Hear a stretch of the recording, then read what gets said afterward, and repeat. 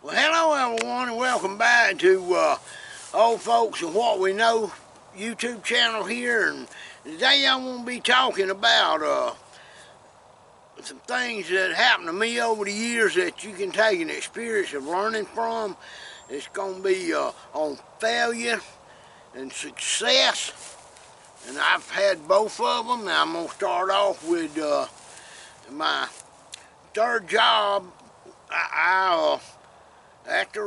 Well, that was my fourth job, because I went from my daddy's garage in Texaco and a gun shop.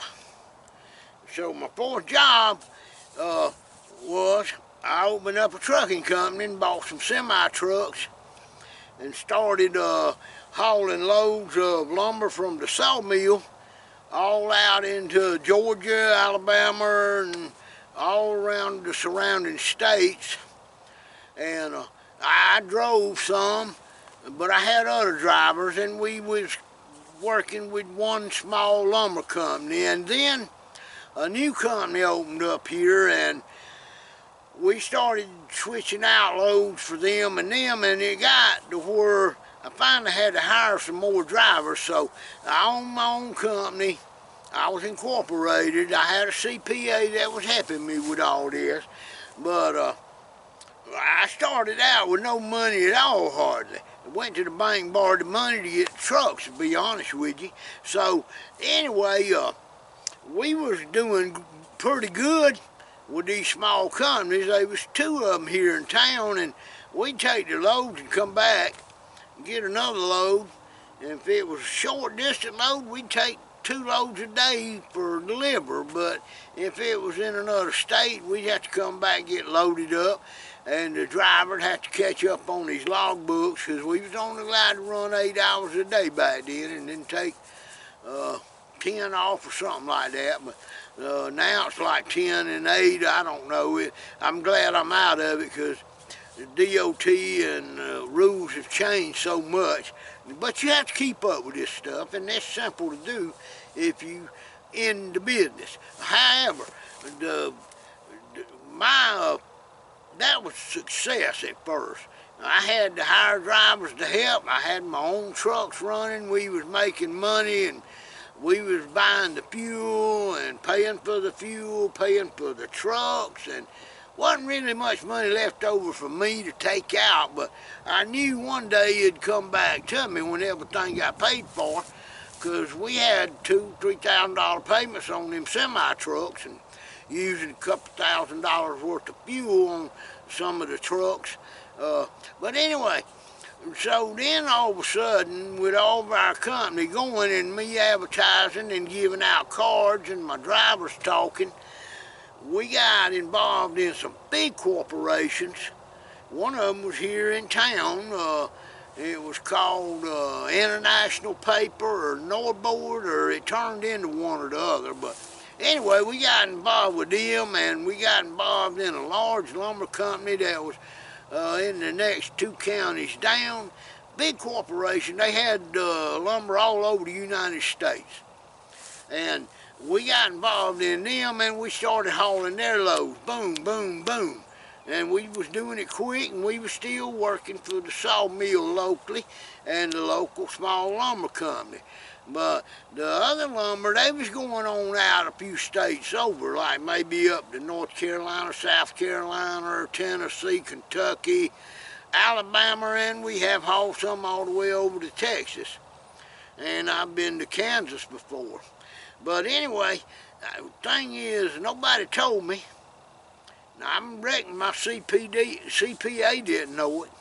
We done that for a few months, and all of a sudden, I paid my drivers every Friday. They'd bring their bills in, what we called a bill of lading, and then I'd bill the company for it, and the company would pay me. With these small companies we was dealing with, they'd pay us every 30 days or at the end of the month. They'd settle up before the 25th or something like that. We got our money in, and then I could put it in the bank and write checks and buy fuel and tires and pay the drivers and all that. Well, when I got with these big companies, nobody told me, not even my CPA, and I run out of money. I'm talking about completely. All my drivers went out and they come back. They won't know if they could go get another load. I said, I had to tell them no. I don't have enough money to buy fuel right now. I'm waiting to these big companies to pay me, and I'm making phone calls and finding out what the holdup is. Well, I didn't know it. Nobody told me. Them big companies, they don't pay but every 90 days. 90 days, people. So there I was with all these drivers hired and me owning 3 or 4 semis and some of my family working for me, and I'm having to tell them we got to stop and wait till money comes in. Well, they all got upset and everybody threatened to quit, which I don't blame them. I did at the time, but now I'm like, y'all be patient. We're new. We learning. I said, we're going to have to wait till 90 days, and then after the 90 days, it'll pick back up and we go work back as usual. Well, they said, we can't wait till 90 days. We got to pay light bills, grocery bills, and I agreed with them. So I went and talked to my CPA and showed him all my tickets that I had that was money coming in. And he looked at them and he said, well, he said, you done spent $40-something thousand this month on this. And he said, but these tickets, when I added them up, you're going to have 85,000 coming in or more. And he said, you got well enough to pay your drivers and buy fuel. He said, take these tickets down to your bank. And then that was the bank that I actually financed my semis with. And tell them that you want a line of credit or an extension or something, and you need money. And I was embarrassed to do that, but I went on and done it. And luckily, the bank was like within walking distance from my house, like not even a block away. I walked over to the bank, walked in, and told the girl, I said, I want to see the president of the bank. And she told me to have a seat, and then I waited, and he come out and said, come on in. And he knowed me. And it happened to be a friend of mine, and I had heard he was working there, and I was glad to see him. And I had that stack of tickets, and I told him the situation. I said, look, I don't know what I'm going to do. I said, these companies are going to pay me. But I said, before I get my money from them, right now we are out of business.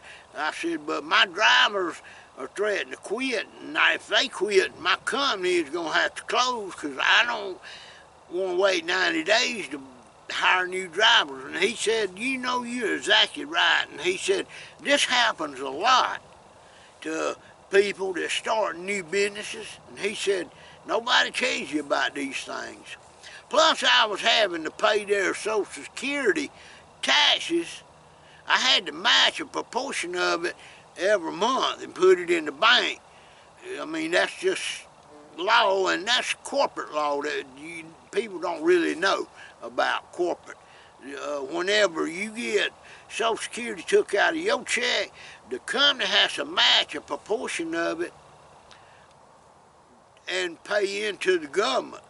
And they have a fund set up that you can do that. My CPA set me up with that. But anyway, to make a long story short here, he looked up at me and he said, well, I'm going to tell you what we're going to do. He said, I'm not going to give you no money today.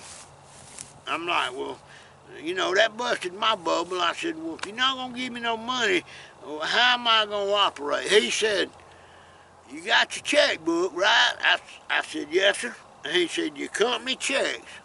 And my company was Partners in Trucking Incorporated. He said, I'm going to give you $1 million worth of credit. And he said, that's to operate your business on. And then when these tickets start coming in, he said, every month, whatever you paid, you come by here and see me. And he said, we'll figure up the interest, which wasn't about 2%. He said, you can either pay the interest, the principal, or you can pay it off. I said, well, I want to pay it off quick as I can. And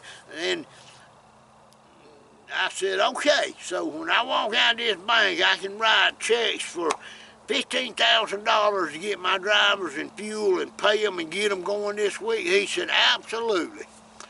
Bingo.